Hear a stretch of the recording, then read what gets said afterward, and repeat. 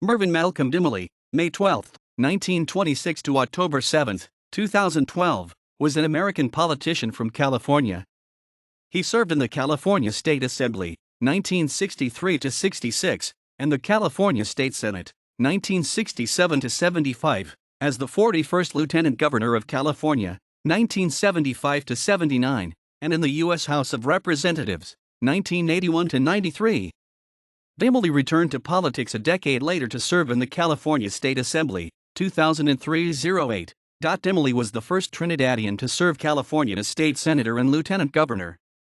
He was one of the first persons of Dougla, mixed African and Indian, origin to serve in the U.S. Congress. In 1974, he and George L. Brown became among the first African Americans elected to statewide state office since Oscar Dunn did so during Reconstruction. Edward W. Brooke, 3R, had been elected Attorney General of Massachusetts in 1962 and 1964, and was elected to the United States Senate from Massachusetts in 1966 and 1972.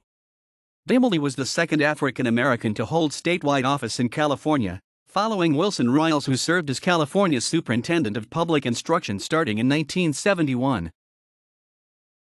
Born in Cedros, Trinidad and Tobago, Dymally first received his secondary education at Naparima College before transferring to St. Benedict's College, both in San Fernando. He moved to the United States to study journalism at Lincoln University in Jefferson City, Missouri.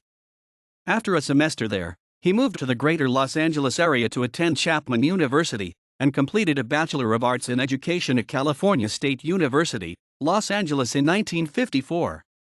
Dymally became a member of Kappa Alpha Psi fraternity in 1949. Dymally became a U.S. citizen in 1957. In 1969, while serving in the California State Legislature, he earned a master's degree in government from California State University, Sacramento. Dymally earned his doctorate in human behavior from United States International University in San Diego, now Alliant International University. In the tightly contested race for lieutenant governor in 1978, Dymaly's bid for re-election was derailed when Michael Franchetti, an aide to State Senator George Deukmejian, floated a false rumor that Dymally was about to be indicted. The story, coming days before the election, harmed the Dymally campaign, and Dymally lost to Republican Mike Kirby. Franchetti later said that the source of the rumor was a Los Angeles Times reporter, who called the Justice Department trying to confirm its authenticity. Franchetti could not substantiate the rumor but included it in a report. The report was then passed to Dymaly's opponent and later to a television reporter. Then Attorney General Younger filed a letter of reprimand in Franchetti's personnel records, accusing him of a breach of responsibility. Dymally was an old friend of People's Temple founder Jim Jones. When Jones decided to move his congregation to Jonestown, Guyana, Dymally wrote the Guyanese Prime Minister to reassure him that Jones was an upstanding citizen. The Jonestown compound would be the site of the mass suicide of over 900 people on November 18, 1978. In the 1990s, Dymally served as a paid lobbyist for the country of Mauritania, attempting to present the country as engaged in abolishing every remnant of slavery. Dymally came out of retirement and returned to the California State Assembly in 2002 when Assemblyman Carl Washington was term limited.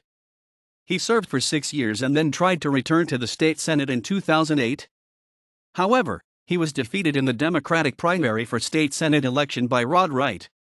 He died in Los Angeles and is buried at Holy Cross Cemetery in Culver City. Mervyn M. Dymally Senior High School at 88th Street and San Pedro in South Central Los Angeles, part of the Los Angeles Unified School District, is named in his honor.